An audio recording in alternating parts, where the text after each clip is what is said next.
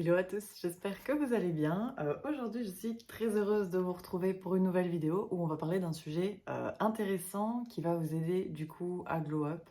Et je voulais aussi peut-être juste vous dire si j'ai une tête un petit peu plus bouffie du matin, c'est parce que vraiment je viens de me réveiller et je me suis dit voilà, j'ai envie que ma journée se déroule bien, mon dimanche soit agréable du coup.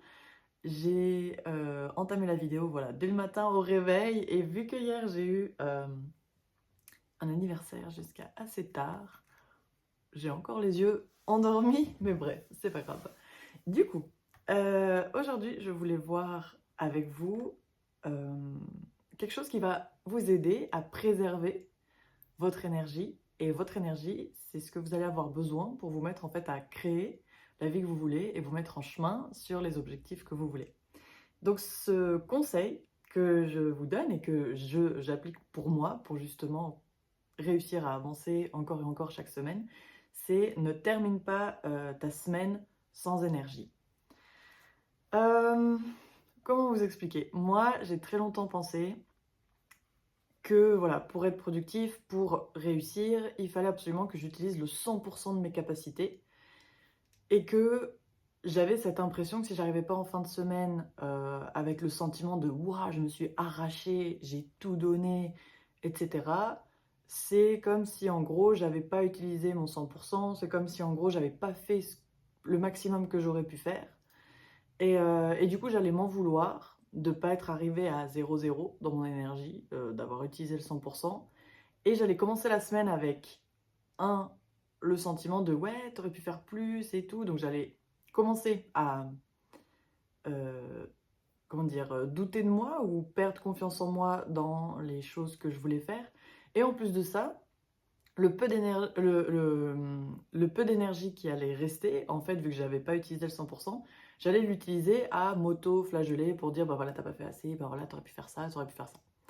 Et maintenant, en fait, je comprends que ce taux d'énergie, une sorte de taux d'énergie vitale, euh, il est super important de le garder. Et je vais vous expliquer par quelle logique, parce que humainement, on est aussi fait comme ça sur certaines zones de notre corps, dans notre microbiote, etc.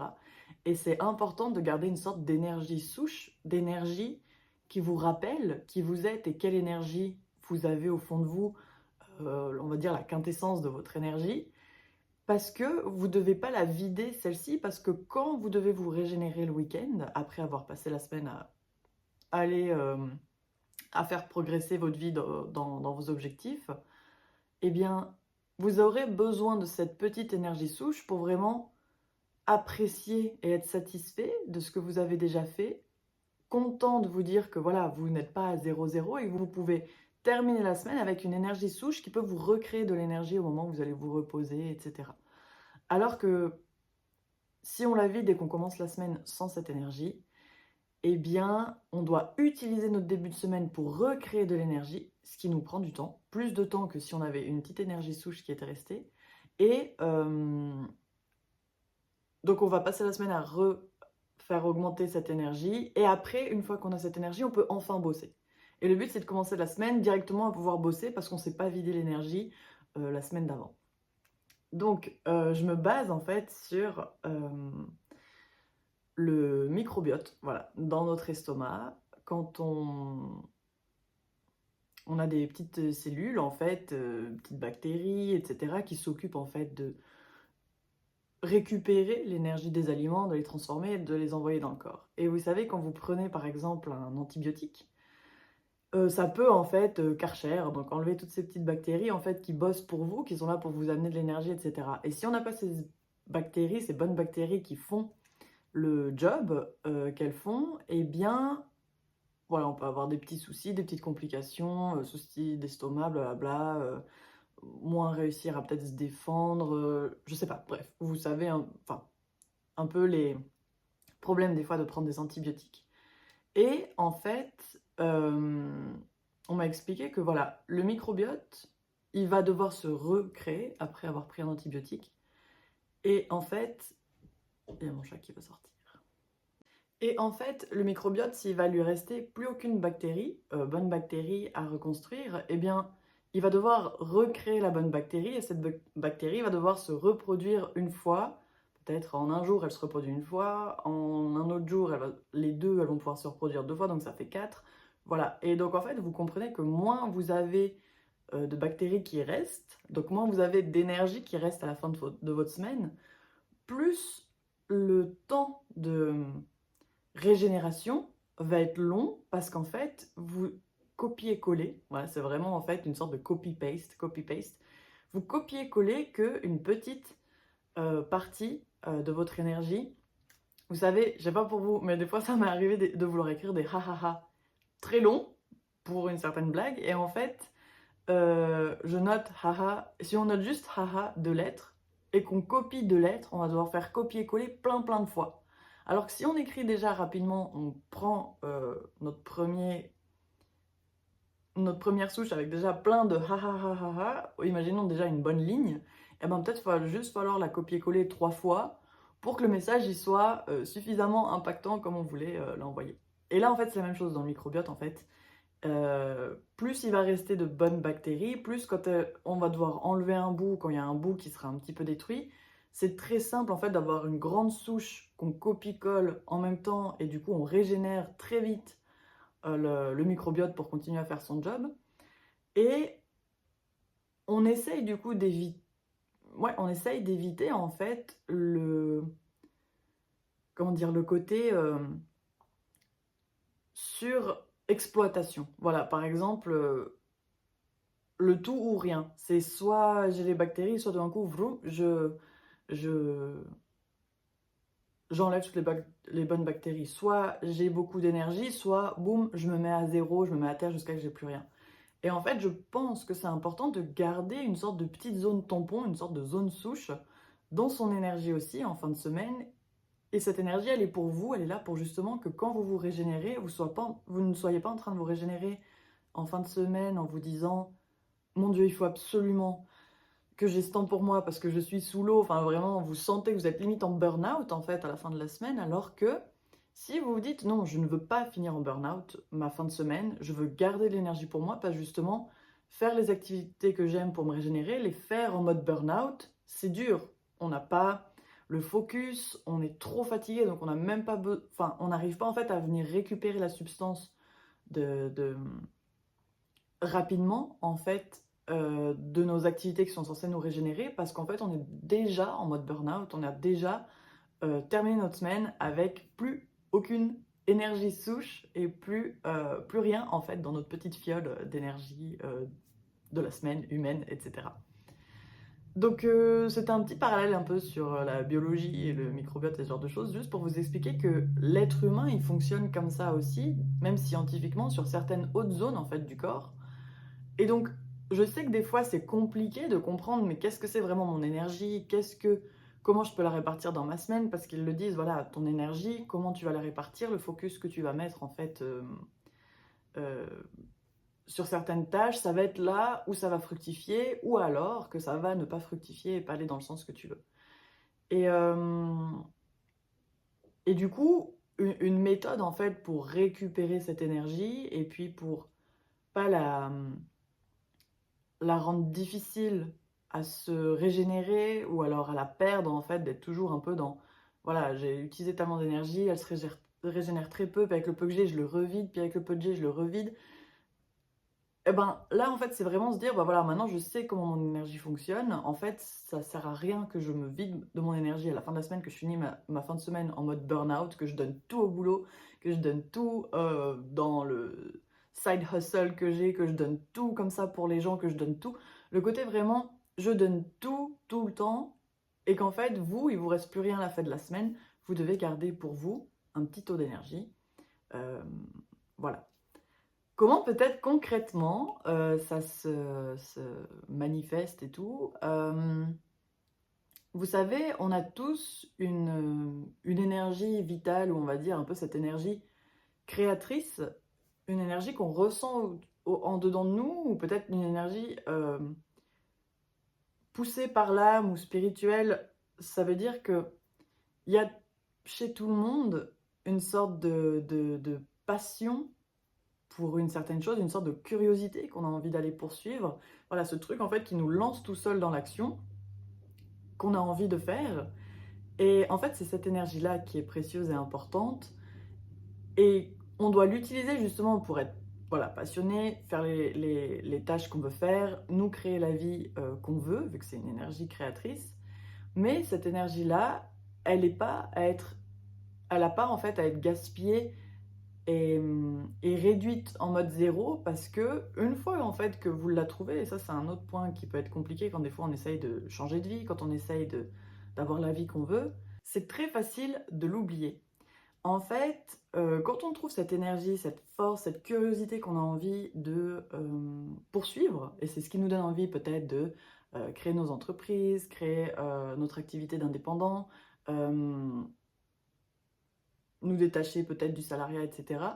On peut très vite oublier cette énergie parce qu'on est pris en fait dans le train-train de la journée, etc. Et du coup, on a besoin d'une sorte de rappel. On a besoin que on se dise ah non, mais juste moi, je voulais aller dans ce sens. euh, c'est tel objectif que j'avais en tête, etc. Et pour faire ça, vous avez en fait besoin de vous rappeler, tiens, moi, mon énergie créatrice, voilà ce qu'elle me fait ressentir. Les sensations que je ressente vont être importantes en fait pour aussi manifester ce que vous voulez. Et quand vous videz cette énergie créatrice, cette curiosité, vous la mettez à zéro, vous utilisez en fait cette énergie vitale que vous avez en vous pour juste produire toute la semaine, donner aux autres et à la fin n'avoir plus rien, euh, vous allez en fait aussi perdre ce sentiment parce que vous dites, mon Dieu, elle est où mon énergie? Elle est où cette curiosité? En fait, elle est plus là parce que vous l'avez utilisée à fond et c'est pas qu'en fait vous avez, comment dire, au fond vraiment oublié qui vous étiez, c'est juste que vous avez besoin de repos pour recréer cette énergie, pour vous re-rappeler. Et souvent après, quand on est dans cette zone un petit peu, voilà, j'ai oublié ce que je veux, j'ai oublié vraiment c'est quoi ma passion, j'ai été trop prise dans le train-train quotidien, on se dit mince, donc maintenant je dois faire des activités qui me permettent de retrouver qui je suis, etc. Alors ça peut être une option, mais aussi des fois ça peut juste être repose-toi parce que tu as trop donné aux autres et tu as trop fait pour les autres et tu as fini ta semaine juste en fait avec zéro énergie. Et c'est pas que tu dois rechanger de passion, rechanger quoi que ce soit, c'est juste que tu as besoin de te reposer et de garder surtout de l'énergie pour toi en fin de semaine pour qu'elle puisse à nouveau se régénérer, se copy-paste à une vitesse en fait plus rapide que, imaginons, 1 ou 2 jours de week-end seront suffisants en fait pour que vous retrouviez votre connexion, votre taux vibratoire assez haut, cette envie la semaine suivante de continuer à faire vos objectifs, de continuer à progresser là où vous voulez et d'avoir cette inspiration. Voilà, donc c'est un peu ce que j'ai remarqué aussi d'un point de vue énergie, comment garder son énergie en fait aussi quand on est indépendant ou voilà, on se lance en fait tout seul et que on doit pouvoir en fait réguler cette zone-là chez nous parce que si on n'est pas motivé, si on n'arrive pas à être constant, à être discipliné dans les objectifs qu'on se met, eh bien il y a peu de chances aussi qu'on arrive à faire des grandes choses et à faire des grands changements en fait sur notre vie. Il y a une sorte d'engagement qu'on est obligé d'avoir envers la vie qu'on souhaite, comment dire, qu'on souhaite vivre, la vie qu'on souhaite avoir dans le futur. Et cet engagement, il demande de l'énergie. Il demande en fait que vous ayez suffisamment d'énergie pour pouvoir vous engager, en tout cas chaque semaine, dans l'objectif que vous avez. Et moi, j'ai pris les semaines parce que j'ai remarqué que voilà, j'avais tendance à me griller vraiment par semaine et que ça allait être déjà un rythme que si je me grillais pas à la fin de chaque semaine, j'allais réussir à rentrer dans une bonne sphère de productivité, enfin que j'allais en fait, vu que je fais suffisamment attention à mon énergie, dès que je commence la semaine le lundi, eh bien je suis là, ah oui, là j'ai une idée, là j'ai une idée, voilà. Je vais pas à fond à l'heure, mais j'ai les idées, je reste connectée en fait à cette énergie créatrice, donc je peux continuer à faire le job que je veux et du coup à profiter aussi de la semaine qui vient parce que je ne suis pas en train de passer du temps dans mes 2 premiers jours à reconstruire mon énergie, à avoir les batteries mais plus qu'à plat et à être en mode burn-out. Donc il me faut 2 3 jours dans ma semaine pour reprendre en fait juste le mood, la bonne humeur Et, et après, du coup, ça a empiété sur les jours où je peux réellement, concrètement, faire quelque chose pour les objectifs que je veux. Donc voilà, je ne sais pas si vous aussi vous avez eu ce genre de situation, mais si vous voulez progresser, évoluer, et puis que vous rencontrez en fait peut-être des difficultés, il vous manque de l'énergie, et je sais pas, vous avez l'impression qu'il vous manque un truc, une discipline, un truc comme ça, vous n'arrivez pas à vous engager dans vos objectifs sur du long terme, etc. C'est possible que vous gériez en fait votre énergie de la fausse façon qui vous permet pas en fait de faire du long terme. Parce que le burn-out, on va dire, ça devrait exister seulement si tout d'un coup vous avez travaillé pour un objectif bien précis. Cet objectif, il a un prix bien précis qui peuvent, je sais pas, vraiment apporter une plus-value dans votre vie et que là, vous avez besoin de tout donner sur l'instant. Et après, vous savez que vous avez, je sais pas combien de jours de repos, de mois de repos, etc. Imaginons, vous devez aller au JO. C'est là, il faut tout donner, gagner la médaille. Et après, tu te reposes, voilà, tu passes en fait à l'objectif suivant, tu te reposes, bloup, autre objectif, autre vie que vous cherchez à faire. Et sauf le problème, c'est que nous, on prend toutes nos semaines comme des JO. Les grands sportifs, ils ont, voilà, les JO, c'est voilà, une fois à un moment donné dans l'année. C'est pas toutes les semaines, ils se mettent pas en mode compète JO.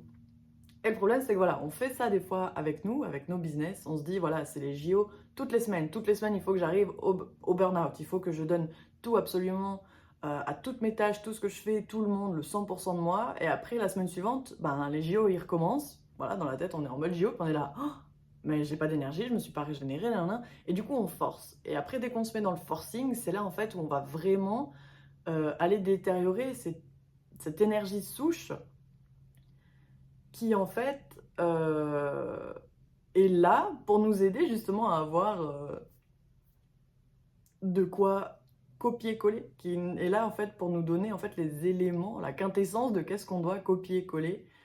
Et donc si on va vider ça en fait, ben, on se retrouve plus à se régénérer et à avancer, et en fait on fait que de puiser dans des réserves, dans des réserves, dans des réserves, jusqu'à que le corps il dise mais en fait tu vois pas que c'est impossible de faire des JO chaque semaine, de se mettre en mode compète chaque semaine, voilà. Donc c'est des choses ponctuelles, on va dire, les modes JO, les modes compète, les modes burn-out, mais ça doit pas être quelque chose en fait qui vous arrive chaque semaine et que vous soyez sans vous rendre, enfin que vous êtes en fait sans vous rendre compte dans cette situation où à la fin de chaque semaine, vous vous utilisez le 100% de votre énergie jusqu'à ce que vous êtes vide à plat. Parce que la régénération, en fait, derrière, elle est bien plus longue. Donc, mieux vaut garder une petite énergie souche pour que la régénération, elle soit rapide. Parce que voilà, c'est juste des petits matchs entre ligues. Voilà, c'est juste des petites choses comme ça. C'est pas les JO, c'est pas je sais pas, la Coupe du Monde ou bien le match de finale. Voilà, c'est juste de la qualification, on va dire. Que vous faites chaque semaine. Donc voilà, il faut aussi gérer son énergie pour se qualifier dans tout et pas tout donner et se mettre en burn-out pour les 3 premières semaines et utiliser toutes vos énergies. Puis après, vous n'arrivez plus à vous qualifier sur les derniers matchs parce que vous avez tout mis là. Voilà. C'est juste de la répartition d'énergie. Et du coup, pour répartir, je me suis mis un peu cette règle, en tout cas une règle, une sorte de logique mentale de comment peut-être vivre, en tout cas sur cette période que là je suis en train de faire, où je me dis, voilà, Vivi, ne termine pas la semaine à 0-0. Garde un peu d'énergie pour toi et regarde comment ta régénération est plus rapide, plus efficace. Et du coup, je commence vraiment ma semaine avec de l'énergie et pas en train de me dire, waouh, là, j'ai pas d'énergie parce que j'ai tout donné jusqu'à hier, dimanche. Et le lundi, je me dis, ben voilà, mon lundi doit être mon dimanche. Voilà. C'est un peu tout ce que je voulais vous dire, un petit conseil comme ça, si vous aussi vous essayez d'évoluer, essayez de comprendre en fait pourquoi parfois quand on veut évoluer et qu'on apprend plein de choses, quand on applique, on est toujours un peu sur des petites erreurs qui nous empêchent en fait d'atteindre ce qu'on veut. Donc ça peut être aussi une option de trop donner, trop être productif jusqu'à 0-0. Ça peut être une option, voilà, de se dire, eh ben, stop, je termine pas ma semaine sans énergie. Voilà, un petit peu d'énergie pour vous, c'est important. Et ça doit être en fait votre priorité de vous dire, de justement garder cette énergie pour vous et, euh, et de ne pas la donner à la moindre occasion jusqu'à 0. Voilà, quand vous sentez que vous avez déjà bien réduit votre énergie et que là, faut lever le pied, on est en fin de semaine, il faut vraiment commencez à en garder pour soi, eh bien faites-le, voilà, dites non à certaines sorties que vous voulez pas, faites les activités qui vous préservent votre énergie et voilà. Pour terminer le dimanche soir avec le plaisir de se dire: «Eh bah, si je peux lundi, commencer avec l'énergie, je suis pas à 0-0». Voilà, c'est tout. Je vous fais des bisous, je vous souhaite une bonne semaine, un bon dimanche et puis on se voit dimanche prochain pour une nouvelle vidéo. Ciao.